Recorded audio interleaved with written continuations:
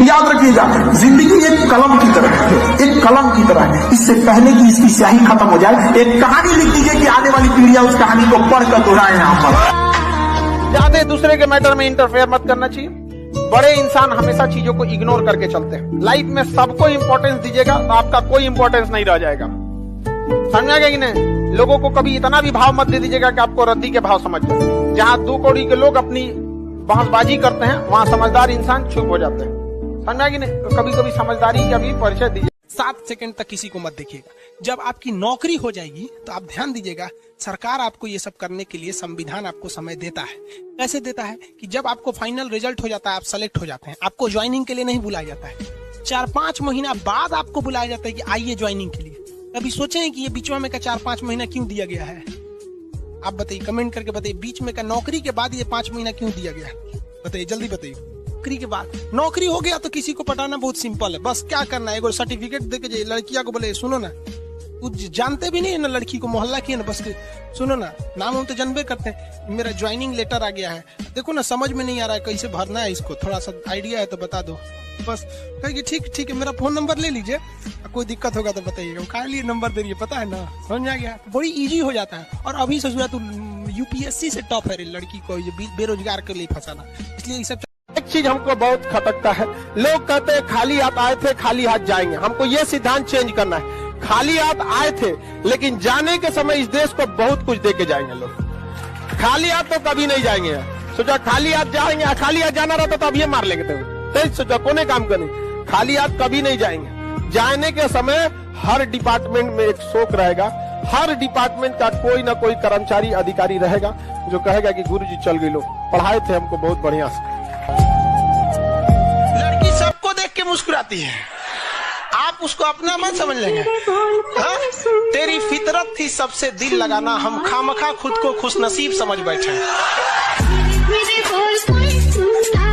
समाज में ना, अगर आपके पास पैसा नहीं है ना, लोग आपको ऐसे नजर से देखेंगे कि जैसे आप पैदे गलत हो हुए हैं, मतलब चोरे समझ के आपको देखेंगे। गलती उसकी नहीं थी, समाज ने जो धर्रा बना के रखा है ना वही।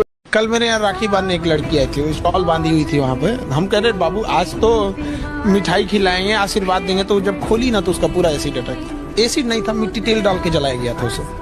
हमको बड़ा अजीब लगा। हम कहें कि तुमको जो जलाया है ना बाबू, कुछ दिन हमको समय दे दो, तुमको अधिकारी बनाएंगे, कुछ भी हो जाए ना, तेरा ट्रांसफर हम उसी एरिया में कराएंगे, चाहे जैसा हो जाए। यहाँ पे तुम ऐसा सजा देना ना, रूह।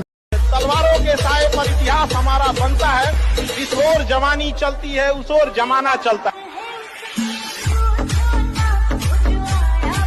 जिंदगी में किसी के लिए कुछ भी कीजिए वो भूल जाएगा, उसका कोई एक बात ना मान के देखिए वो याद रखेगा।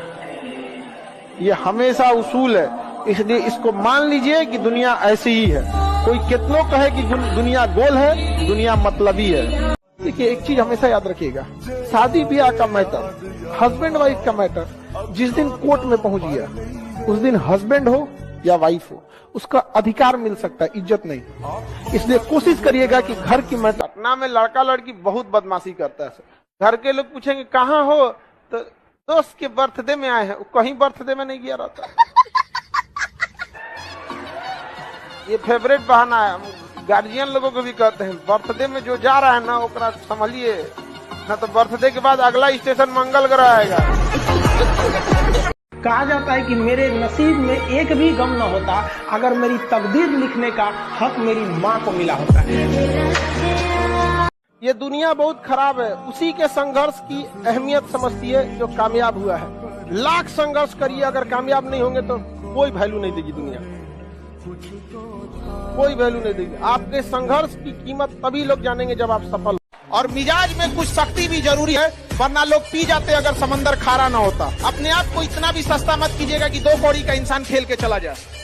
अगर नींद से इतनी मोहब्बत रहेगी तो आपके सपने ही, आपकी जो मंजिल है वो ख्वाब बन जाएगी। इसलिए नींद को त्याग दीजिए। भले जेब खाली हो, जेब में गांधी हो या ना हो, दिल में एक आंधी होनी चाहिए।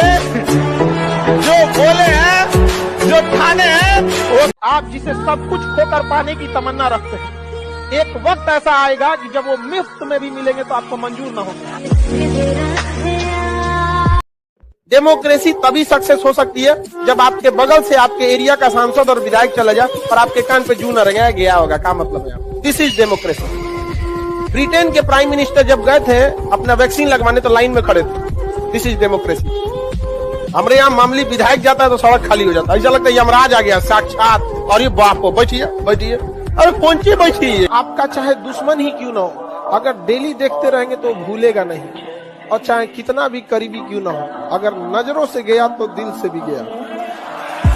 बाप के पास पैसे नहीं होता है, वरना बाप जैसा अमीर दुनिया में नहीं मिलेगा। देखिए आपका बचपना भले गरीबी में बीते, लेकिन बाप का बुढ़ापा गरीबी में नहीं बीतना चाहिए। भले बाप आपको साइकिल न दिला पाए हो, लेकिन उनको सरकारी गाड़ी में घुमाइएगा। दूसरे को जला देंगे यह अलग बात है, माचिस दूसरे को जला देती है हकीकत, लेकिन खुद माचिस भी जल जाती है। तो दूसरे को बर्बाद करेंगे तो याद रखिएगा, युद्ध करो युद्ध, लेकिन जब भी लड़ो अपने से बहुत बड़े आदमी चलाओ। कुछ लोग सबसे लड़ते रहते हैं, रिक्शा वाले से लड़ गए, ऑटो वाले से लड़ गए, टेम्पो वाले से लड़, जानते नहीं हो कौन हो भैया? पृथ्वीराज चौहान। कौन से पैसे? रद्दी के पैसे। अच्छा, सिर्फ 4800।